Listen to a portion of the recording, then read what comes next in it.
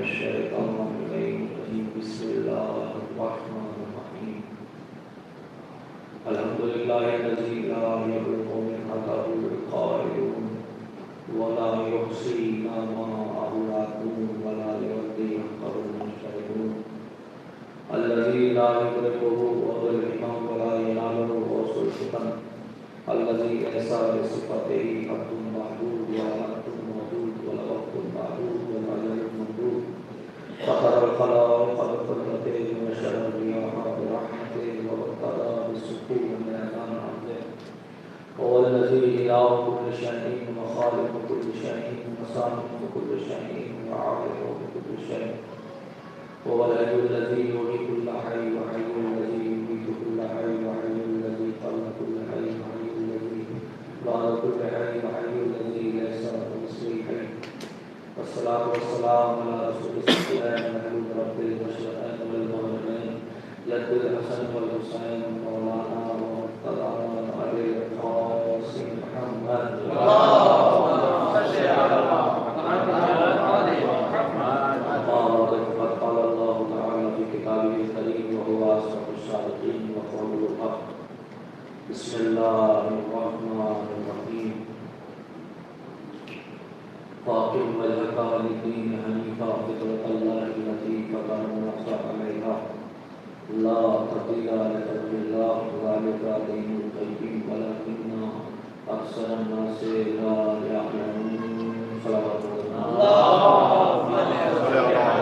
محمد وآل محمد بعد صلوات الشرع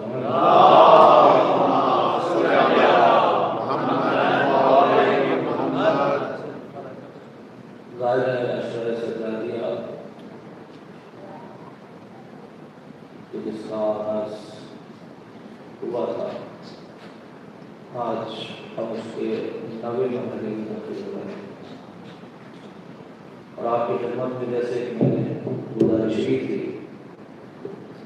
کہ معرفت امام زین العابدین کے سلسلے سے شہادت زین العابدین تک 6 مجالس انہی کے فضائل اور انہی کے مناقب اور انہی کے مسائل آپ کی خدمت میں پیش کیے. پھر اس کے بعد 4 مجالس الگ الگ موضوعات پر تاکہ جس پہ کوئی سوال ہو یا کوئی کسی موضوع پر کسی کو سننا چاہتا ہو یا ہمارے شعراء کرام اور ہمارے جو ہے وہ مرثیہ خواہ افراد کے لیے وقت زیادہ سے زیادہ یہ لوگ پڑھ سکیں تو اس پیشن میں یہ الگ بات ہے کہ نفیق بھائی بڑا اختصار سے کام لیا ہے لیکن یہ آخری مجالس اسی لیے تھی کہ تاکہ سب لوگ اپنے اعتبار سے شرکت کر سکیں.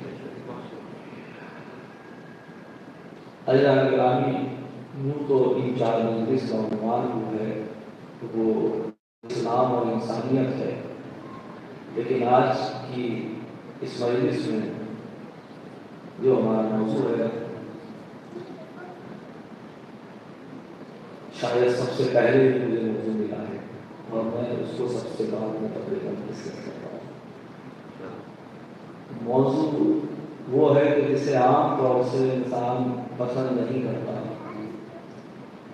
لیکن وہ ایسی حقیقت ہے کہ جس سے فرار ممکن نہیں ہے اور وہ موضوع ہے موت اور عالم برزخ. ظاہر ہے کہ میرے پاس جو ہے وہ 25 منٹ ہے اور اس میں مجھے مسائل بھی بیان کرنے ہیں تو اتنے بڑے موضوع کو جو ہے وہ چند اقتباس کے طور پر میں آپ کی خدمت میں اور اس کی تجلیاں آپ کی خدمت میں پیش کروں گا. مولا امیر کائنات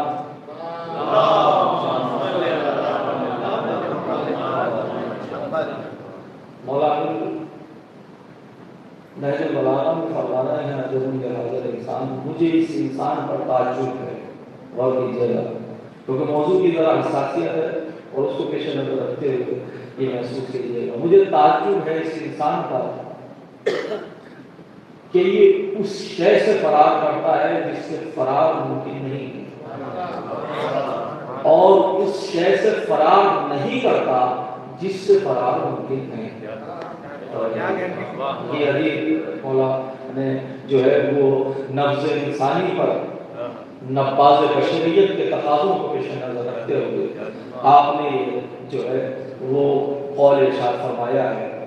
آپ فرماتے ہیں مجھے اس انسان پر تعجب ہے، مجھے اس انسان پر تعجب ہے کہ یہ انسان اس شے سے خوف زدہ ہوتا ہے، ڈرتا ہے، بھاگتا ہے جس سے بھاگنا فرار کرنا ممکن نہیں، اور اس شے سے نہیں بھاگتا، اس شے سے نہیں بچتا، اس شے سے فرار اختیار نہیں کرتا کہ جس سے فرار کرنا ممکن ہے.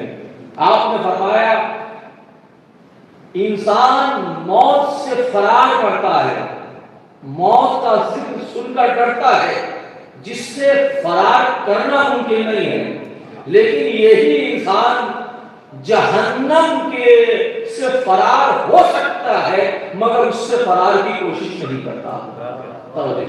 مولانا جہنم سے بچا جا سکتا ہے مگر اس سے بچنے کی کوشش کم کرتا ہے، اور موت سے بچنا ممکن نہیں ہے مگر اس سے ڈرتا ہے.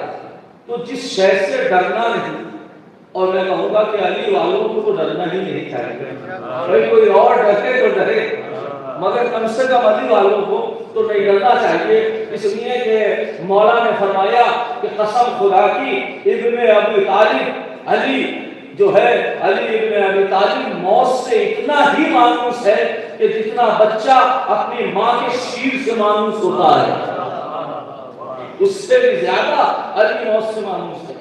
تو آپ نے محسوس کیا یہ چند جملے ہیں کہ جو میں آپ کی خدمت میں بیان کر رہا ہوں، اور موت اور عالم برزخ کے عنوان سے کچھ باتیں آپ کی خدمت میں آج پیش کرنا ہے. تو ظاہر سی بات ہے تو پھر ہم موت سے فرار کیسا؟ وہ کہتے ہیں کہ یہ تو ایک ایسا پل ہے، مولا امام حسین علیہ السلام فرماتے ہیں انہ قنطرہ، موت ایک ایسا پل ہے کہ جو انسان کو سجن سے، زندان سے محل تک لے جاتا ہے. توجہ کیجیے گا، زندان سے محل تک پہنچاتا ہے. تو کون صاحب عقل ہوگا کہ جو زندان سے محل کی طرف جانے سے گھبراتا ہو؟ ارے کیا بات ہے، کیا پوچھتے ہو، مسئلہ کیا ہے؟ کلی کی رزق ہوں، باغ غلامی کھلنے آیا ہوں. سنا ہے قبر میں حسنین کے بابا بھی آتے ہیں، زمانہ چھوڑ کے سارا علی سے ملنے آیا. تو یہ ایک پل جو ہے یہ مولا سے ملاقات کا بھی پل ہے. یا میں کہوں کہ موت اس کا نام ہے کہ جہاں ذکر علی شنید سے دید کی طرف منتقل ہوتا ہے، جو کچھ سن رہا تھا اور اس کو اپنی ذات کو اپنی آنکھوں سے دیکھ رہا ہے. تو موت سے گھبرانا نہیں چاہیے، ہاں موت کی آمادگی جو ہے وہ کرنا چاہیے.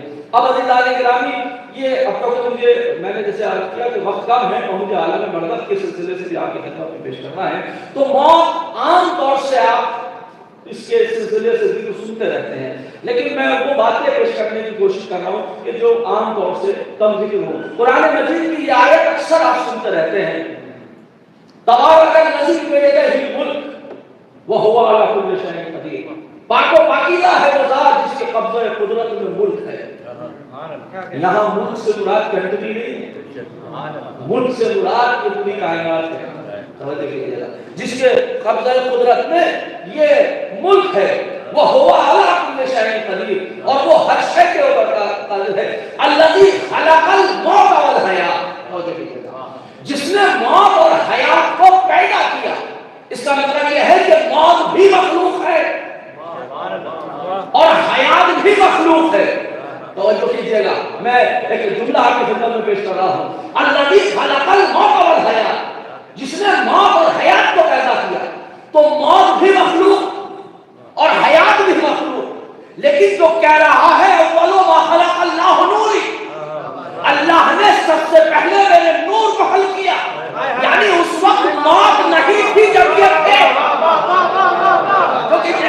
اس وقت حیات نہیں تھی جس وقت یہ تھے. تو اس کا مطلب یہ ہے کہ یہ اس وقت نہ زندگی تھی، اس وقت نہ موت تھی جس وقت یہ تھے.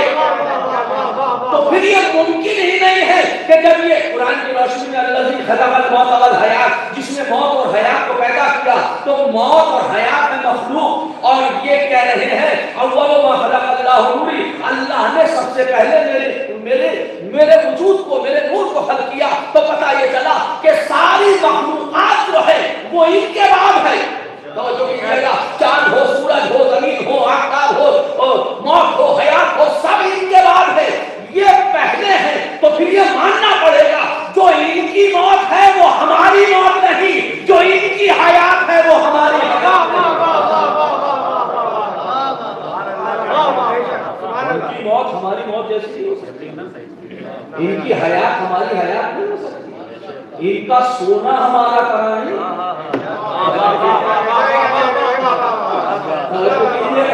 ان کی غشی ہماری طرح نہیں۔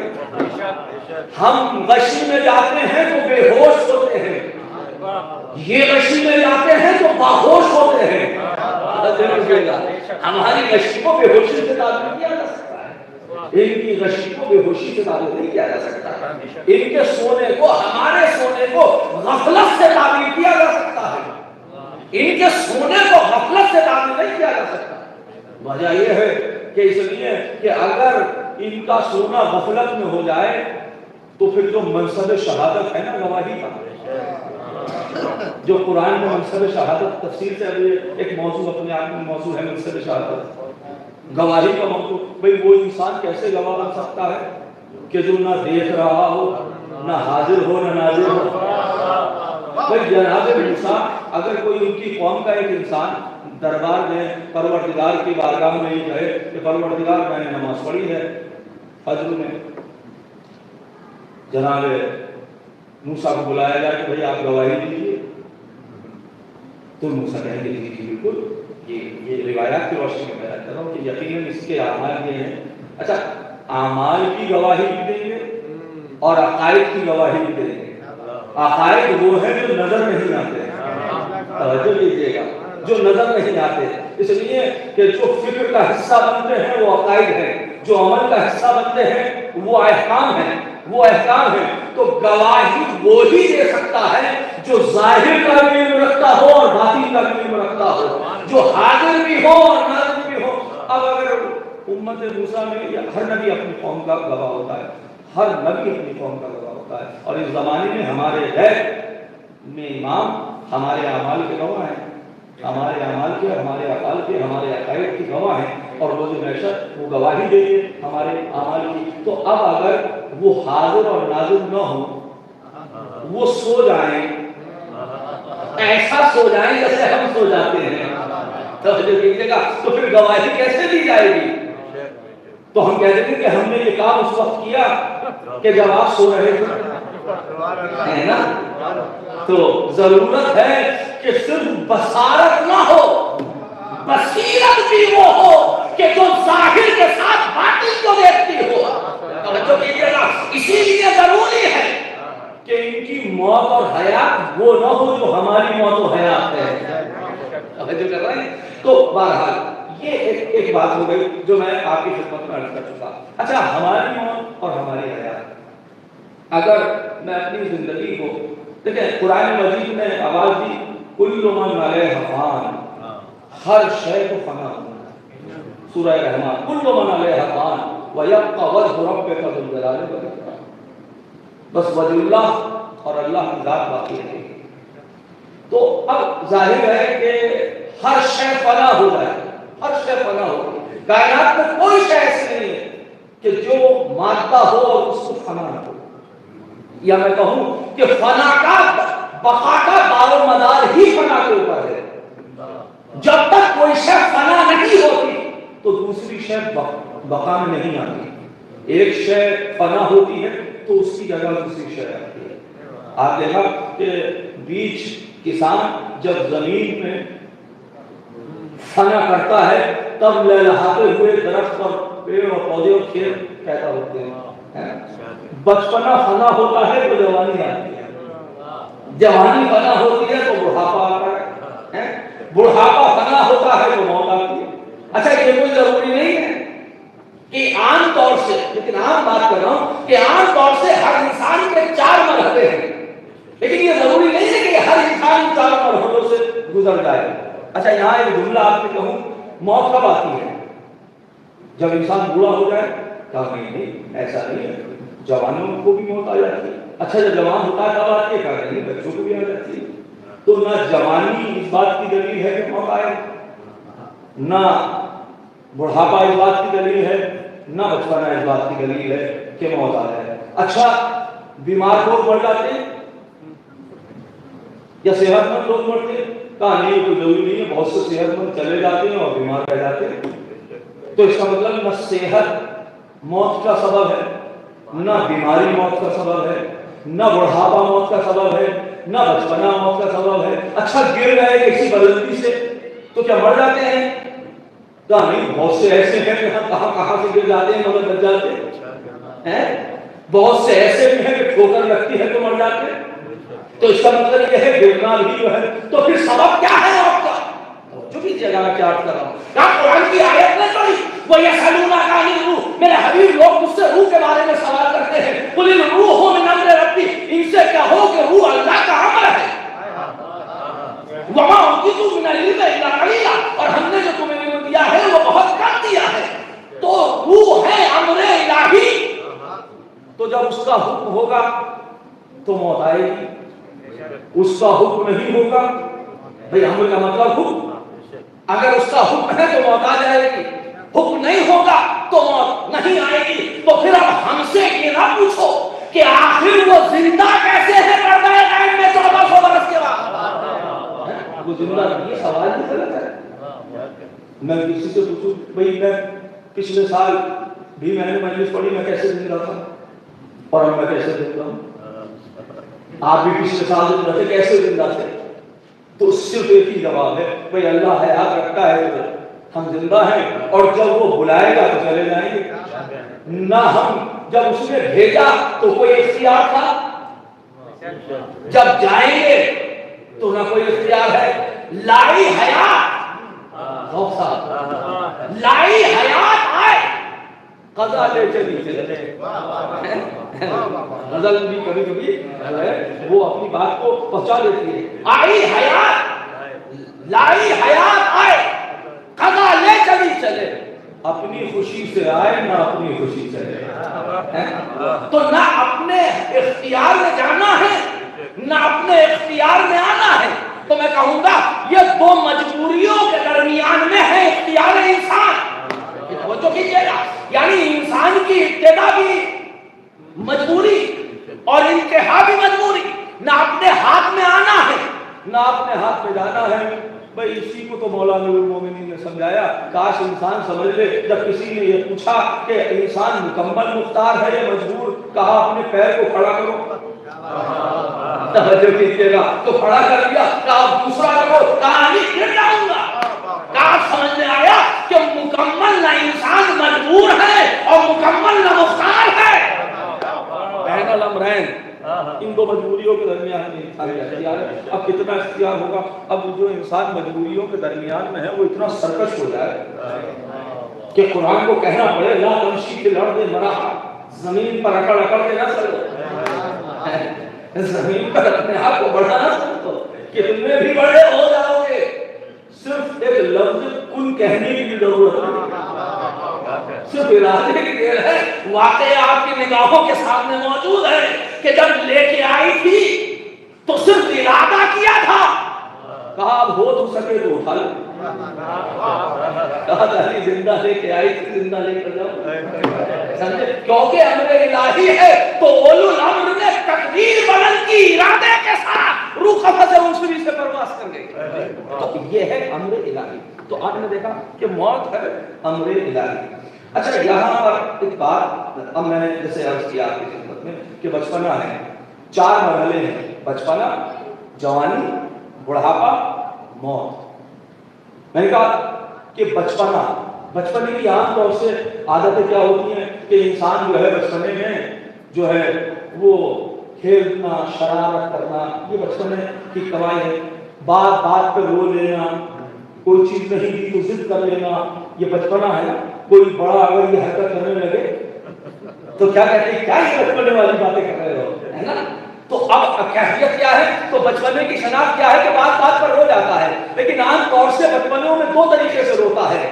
ایک رونا وہ ہے جو عام طور سے سب کو یاد ہے، ایک رونا وہ ہے جو عام طور سے لوگوں کو یاد نہیں،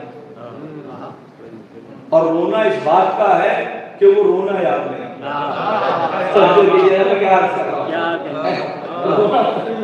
اس بات کا ہے کہ وہ رونا یاد نہیں ہے۔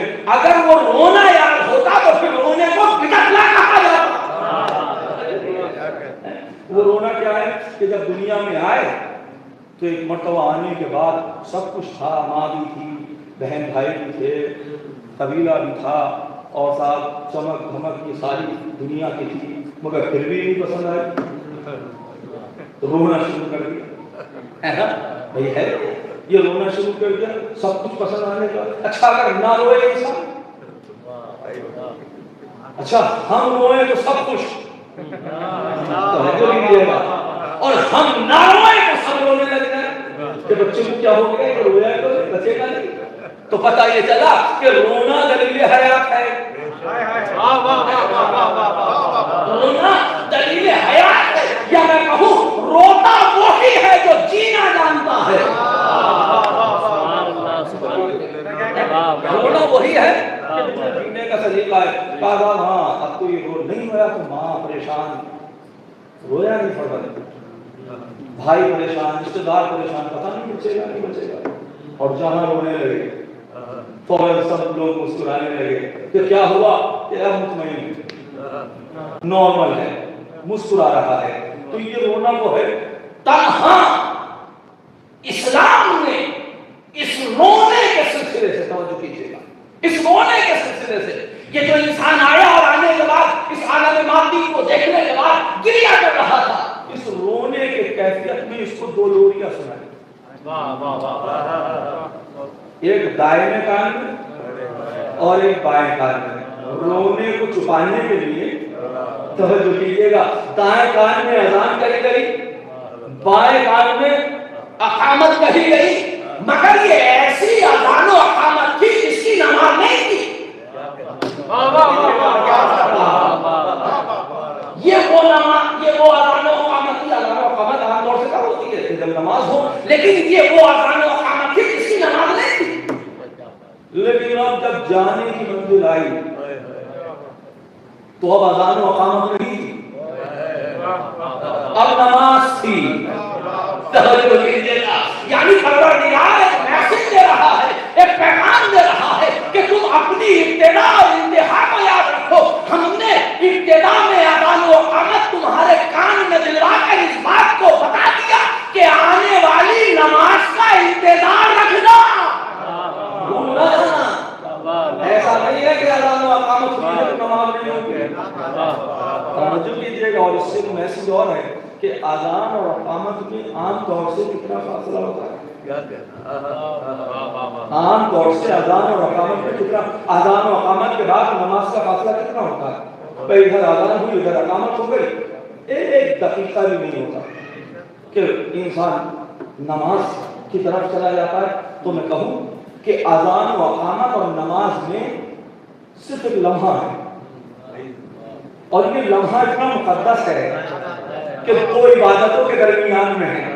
توجہ کیجیے گا، اتنا بہترین لمحہ ہے کہ دو عبادتوں کے درمیان میں ہے۔ یہاں یہ میسج بھی دیا جا رہا ہے کہ انسان کی زندگی اور موت میں صرف ایک لمحے کا فرق ہے۔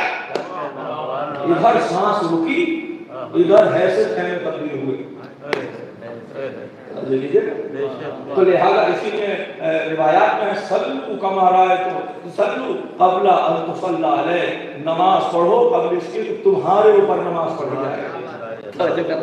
تو اب یہ ہے موت کا فلسفہ۔ اچھا تو بچپنے کا رونا، اچھا ایک رونا وہ ہوتا ہے، ایک رونا وہ ہوتا ہے کہ جو سب کو یاد ہوتا ہے، انسان تھوڑا 7-8 سال کا بشعور ہوتا ہے، کسی نے ڈانٹ دیا تو رونے لگے، کسی نے کچھ کھلونا نہ دیا تو رونے لگے، بھائیوں۔ لیکن یہ رونا عام طور سے سب کو یاد ہوتا ہے، لیکن اس موقع پر بھی اس رونے کو کوئی برا نہیں کہتا، کہتا معصوم بچہ ہے، یعنی رونا بھی معصومیت کی دلیل ہے۔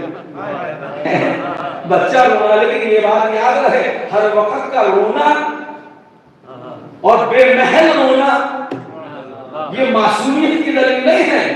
کہیں کہیں سرزنش بھی ہوتی ہے، جھلکیاں بھی ملتی ہیں، ڈانٹ بھی کھانی پڑتی ہے اگر بے محل رونا ہو، اب چاہے وہ گھر میں ہو یا غار میں ہو۔ بے محل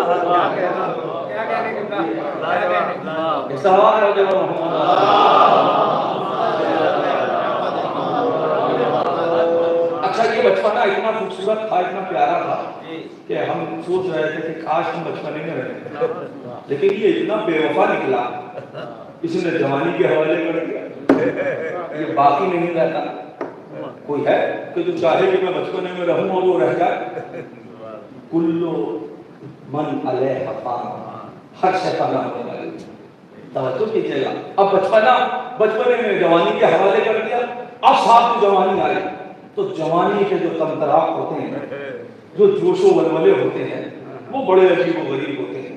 کسی کی سننا پسند نہیں کرتے، مزاج میں کنکنت آنے لگتی ہے نا، کسی کی بات برداشت نہیں ہوتی، کبھی کسی کو ڈانٹ دیا، کسی کو مار دیا، کسی کی شان میں گستاخی کر دی، کسی سے کچھ کہہ دیا، کسی کی چھت ٹوٹ گئے، کسی کی دیوار ٹوٹ گئے، یہ ہوتا ہے۔ طاقت توانائی، اپنے سامنے کسی کو کچھ نہ سمجھنا، یہ عام طور پہ کنکنت ہوتی ہے۔ عام بات کر رہا ہوں، ظاہر ہے جو تربیت یافتہ افراد ہوتے ہیں ان کی بات نہیں کر رہا ہوں، عام بات، عام جو خصوصیت ہے جوانی اور بچپنے کی، ورنہ ہمارے سامنے تو وہ بھی بچپنے ہیں کہ جو سب کھیل رہے ہوتے ہیں مگر یہ صرف حمد خدا کر رہے ہوتے ہیں۔ ہمارے پاس تو وہ جوانیاں بھی موجود ہیں کہ سب جو ہے وہ دنیا کے لہو و لعب میں ہوتے ہیں، یہ مسئلہ عبادت پر ہوتے ہیں۔ تو اب میں ان کی بات یا ان تربیت یافتہ نفوس کی بات نہیں کر رہا ہوں، نہ ظاہر ہے ان شخصیات کی بات کر رہا ہوں، یہ عام بات کر رہا ہوں جو عام تصور ہوتا ہے۔ لیکن ہم نے یہ کہا پروردگار کی جوانی تو بڑی اچھی ہے، کسی کے محتاج نہیں ہے، اپنے آپ کو حاکم سمجھتے ہیں، ہمیں جوان ہی رکھنا، لیکن یہ بھی اتنا بے وفا نکلا، اس نے بڑھاپے کے حوالے کر دیا۔ تو پہلا صحابی بھی صحیح نہیں نکلا، ہمارا بچپنا وہ بھی اگرچہ معصوم تھا مگر صحیح نہیں نکلا۔ دوسرا جوانی اس نے بڑھاپے کے حوالے کر دیا، وہ بھی صحیح نہیں نکلا۔ اب جب بڑھاپا آیا تو بڑھاپے کی کیفیت بھی عجیب ہوتی ہے، ظاہر ہے میں نے جیسے آپ سے کیا یہاں پر بھی وہی بات آتی ہے، میں عام بات نہیں کر رہا، یہ نارمل بات کر رہا ہوں، وہ جو شخصیات مقدس ہے لیکن عام بڑھاپے کی کیفیت کیا ہوتی ہے؟ عام مزاج، کمزوریاں آنے لگتی ہیں، بدن میں تکلیف ہونے لگتی ہے، پریشان ہونے لگتا ہے انسان، تو یہی ہوتا ہے کہ ہوتا ہے بڑھاپے میں۔ اب یہ کیفیت عام طور سے ہونے لگتی ہے، اب یہی کیفیت توجہ کیجیے گا، دیکھیں بہت تیزی کے ساتھ جا رہا ہے، 20 منٹ اذان میں ہے تو مجھے جو ہے 5-7 منٹ میں گفتگو کو مکمل کرنا ہے، تو اب آپ محسوس کیجیے گا۔ تو یہ بڑھاپا، اس میں کیفیت یہ ہے جو روایات کی روشنی میں کہ عام طور سے انسان کا ذہن طمع کی طرف بڑھتا ہے۔ جب انسان جتنا بزرگ ہوتا جاتا ہے، اگر اس کی تربیت کا غلاف اس پر نہ چڑھا ہے، توجہ کیجیے گا، اگر تربیت کا غلاف اس بڑھاپے کے اوپر نہ چڑھائے تو اس سے طمع پیدا ہوتا ہے۔ آپ کسی بزرگ کی کہ جو تربیت کا غلاف اوڑے نہ ہو، اس کی الماری کھول کر دیکھیے، اس میں سب کچھ ملے گا، اگر تربیت اس کی نہ ہو سب کچھ ملے گا، لیکن اس کی کمزوری یہ ہے کہ یہاں یہ ترتیب بھول جاتا ہے، جوتے کی جگہ کپڑے رکھ دے گا، کپڑے کی جگہ بک رکھ دے گا، بک کی جگہ کوئی اور چیز رکھ دے گا، کیونکہ اب اس وقت ساری چیزیں کمزور ہونے لگی ہیں، ساری کیفیتیں جو ہے وہ کمزور ہونے لگتی ہیں۔ اب اس بزرگی کی کیفیت یہ ہے کہ شاید یہ باقی رہ جائے، لیکن اس کا فائدہ یہ ہے کم سے کم اولاد اچھی ہوتی ہے تو بہترین طریقے سے سہارا بنتی ہے، لوگ سلام کرتے ہیں، احترام کرتے ہیں، عزت کی نظر سے دیکھتے ہیں، تو اب ظاہر ہے ہر چیز کے ایک اپنے اپنے فائدے اور نقصان دونوں پہلو ساتھ ساتھ چلتے رہتے ہیں، بچپنا ہو، جوانی ہو، بڑھاپا ہو، ہر چیز میں ساتھ ساتھ دونوں پہلو ہوتے ہیں، لیکن یہ تیسرا مرحلہ بھی باقی نہ رہا۔ ہم نے سوچا پروردگار کو باقی رکھتے ہیں، اس لیے کہ اس میں تو کم سے کم لوگ ہماری خدمت کر رہے ہیں، اس نے موت کے حوالے کر دیا ہے نا، تو نہ پہلا صحیح رہا، نہ دوسرا باقی رہا، نہ تیسرا باقی رہا، چوتھے پہ آنے کے بعد رک گئے۔ توجہ کیجیے گا، یہ موت وہ تھی کہ جو قبر میں بھی ساتھ تھی، پل پر بھی ساتھ تھی، برزخ میں بھی ساتھ تھی، آگے کے مراحل میں بھی ساتھ تھی، ہر مرحلے میں ساتھ تھی۔ شاید یہی وجہ ہے کہ کسی نے نہیں کہا کہ بچپنا حق ہے، کسی نے نہ کہا کہ جوانی حق ہے، کسی نے نہ کہا کہ بڑھاپا حق ہے، مگر سب نے کہا موت برحق ہے۔ اور جب موت برحق ہے تو علی مال حق والحق مال علی، شاید یہی وجہ ہے کہ علی کی ذات وہ ہے کہ جو صرف اس دنیا تک محدود نہیں ہے بلکہ موت کے بعد بھی جو سب سے زیادہ کام آنے والی ہے وہ آل محمد کی ذات ہے۔ اقرار کر دے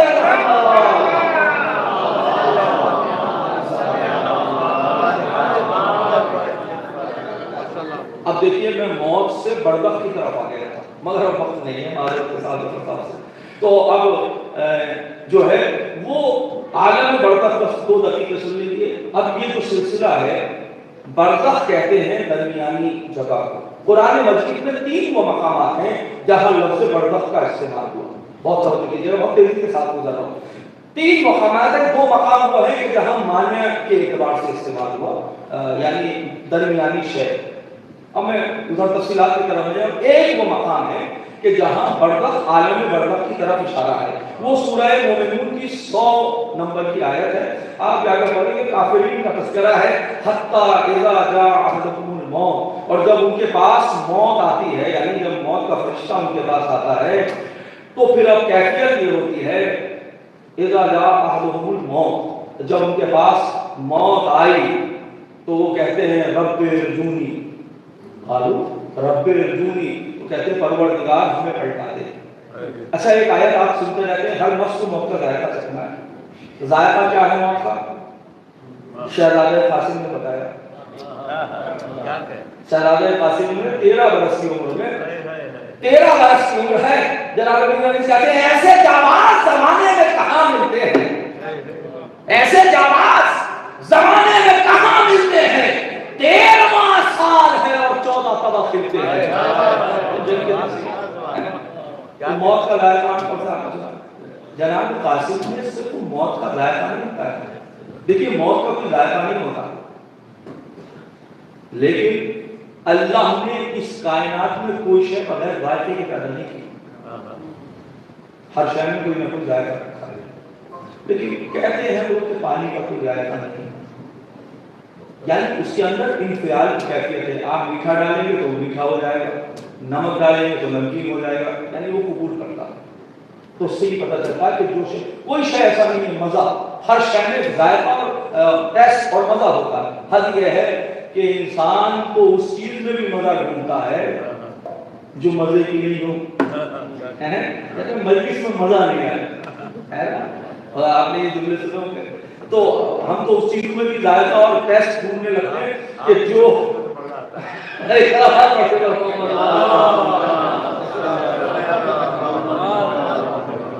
اب دیکھیں وقت بہت تیزی کے ساتھ جا رہا ہے اور میں کچھ ادھر ادھر کی گفتگو کرنا نہیں چاہ رہا۔ تو اب بے ذائقہ جو چیز ہوتی ہے اس میں کوئی بھی شے ڈال دی جائے تو اس کا ذائقہ ہوتا ہے، یعنی اس اعتبار سے جیسے آپ ڈال دو اس کا ویسا ذائقہ ہو جائے گا عام طور سے۔ تو اب ہر نفس کو موت کا ذائقہ چکھنا ہے۔ اگر آپ کے پاس کھانا وانا کڑوا وڑوا ہوتا ہے تو آپ واپس کر دیتے ہیں کہ بھائی اس کو صحیح کر دو، اپنی اہلیت سے کہتے ہیں لائق صحیح کے لائق ہوتا ہے، ٹھیک نہیں ہوتا تو پھر نہیں کھاتے آپ، لیکن کہتے ہیں کہ واپس پلٹا دو۔ آپ نے دیکھا کہ کفار کی جب موت ہے تو یہی ہے، توجہ کیجیے گا، موت کا کوئی ذائقہ اس لیے نہیں رکھا گیا کہ اس زمین پہ جتنے افراد ہیں وہ اپنے عمل کے ذائقے کے اعتبار سے اپنی موت کا ذائقہ معین کریں۔ توجہ کر رہے ہیں؟ اس جناب قاسم سے موت کا ذائقہ نہیں پوچھا گیا تھا، جناب قاسم سے یہ پوچھا گیا تھا کیفل موت و عندہ، میرے لال تمہارے نزدیک یعنی تمہاری موت کا ذائقہ کیسا ہے، یہ نہیں کہ موت کا ذائقہ کیسا ہے، میرے لال تمہاری موت کا ذائقہ کیسا ہے۔ تو جناب قاسم نے فرمایا نصرت حسین میں اگر انسان جان کی قربانی کر دے تو احلا من الرسل،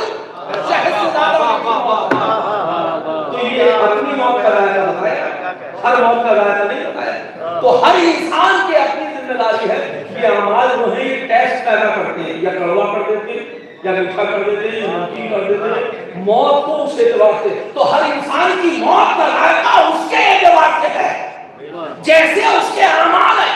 اب قرآن کہتا ہے کافرین کے لیے حتی اذا جاءہم الموت، جب انہیں موت آتی ہے قالوا، کہتے ہیں رب ارجعونی، پروردگار ہمیں پلٹا. کیسے کھانا کڑوا آتا ہے تو آپ پلٹواتے ہیں نا. اب یہ توفیق کڑوی لگ رہی ہے موت. رب ارجعونی، پروردگار ہمیں واپس کر دے. کیوں؟ حتی اعمل صالحا فیما ترک، تاکہ ہم وہ کام انجام دے لیں، نیک کامیاں جو ہم نے نہیں کی ہیں، جو ہم نے چھوڑ دی ہیں، وہ اچھے کام انجام دے لیں. قرآن کہہ رہا ہے کلا، ایسا ہرگز نہیں ہو سکتا. انہا کلمۃ هو قائلها، یہ صرف ان کی زبان پر لخلقہ ہے. اگر واپس کر دیا جائے پھر بھی یہی کریں گے.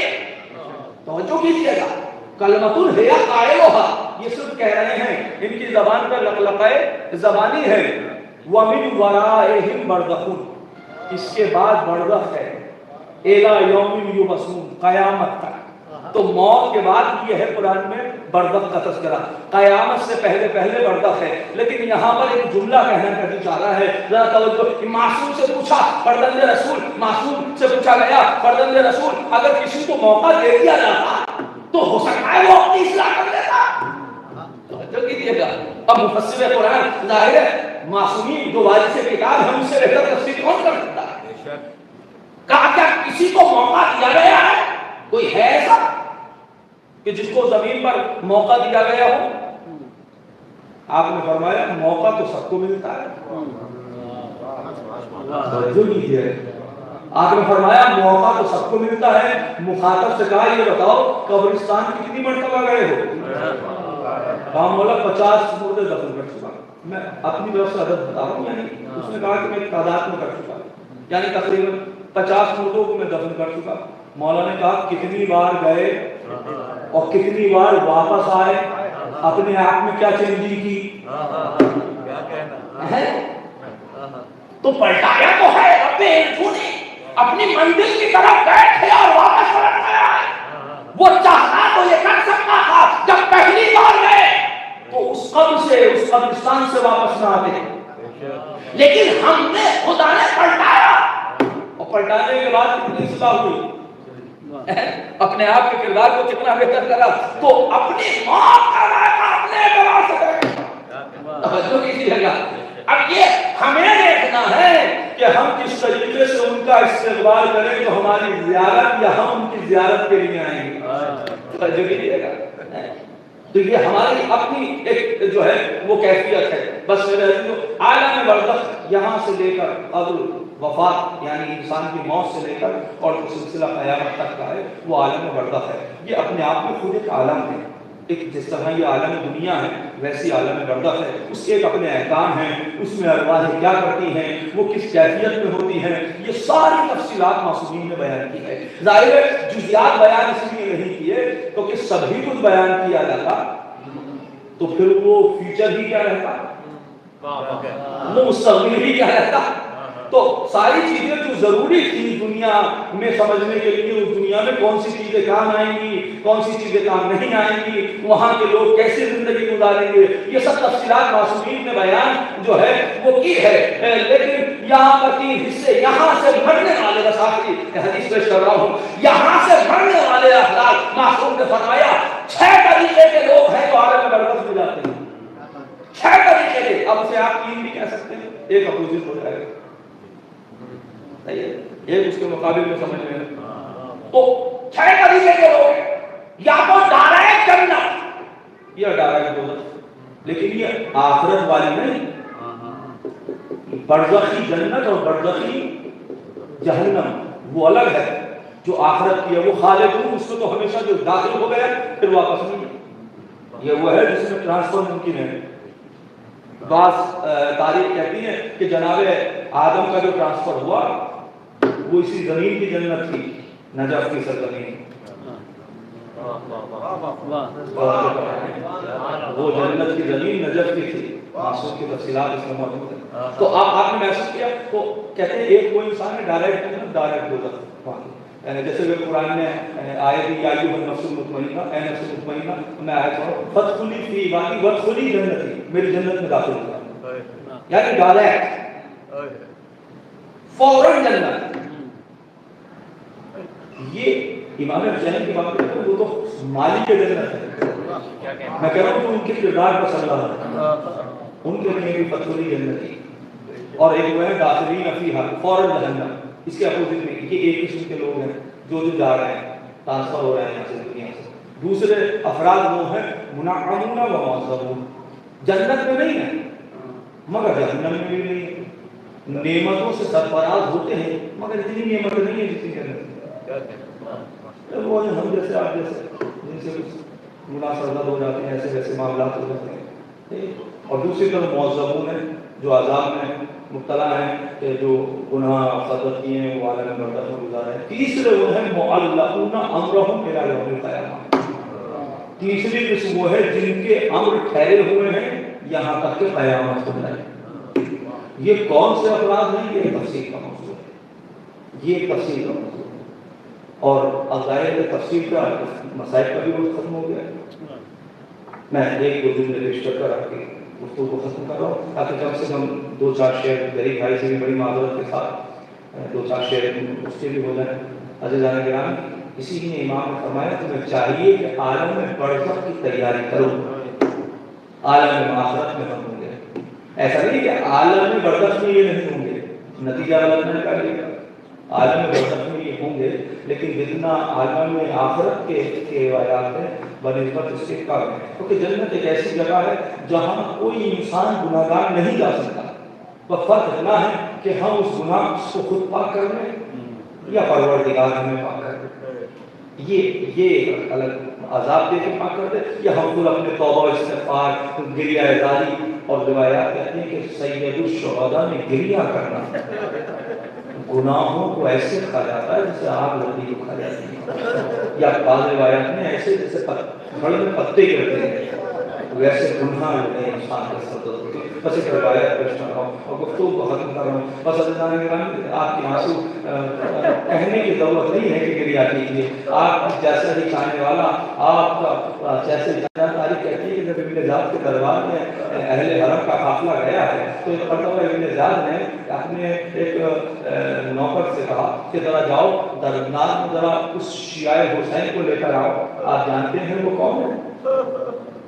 تاریخ کہتی ہے جب لے کر آئے ہاتھوں میں ہتھکڑیاں ہیں، پیروں میں بیڑیاں ہیں، کون ہیں؟ جناب مختار ثقفی۔